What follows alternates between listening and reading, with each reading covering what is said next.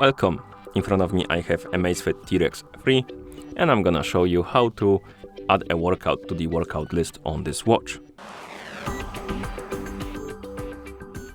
First we need to wake up the screen on our watch, and you can do it by pressing the back button or the select button. After you wake up the screen, press the select button to open the menu. Now, scroll through the workout list, and as you can see we have different workouts right here we can choose from, but let's say you want to add another one. To do it, find the option called More Workouts, tap on it, and here we have different categories.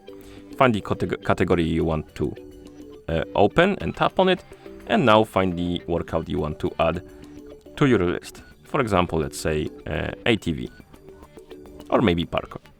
Okay, so let's select the workout. You will be asked if you want to add it to the workout list. We want to do it, so tap on yes, and now we can position it on the list by swiping up and down to move it up or down, and then tap on the check mark to confirm, and the workout will be added to our workout list.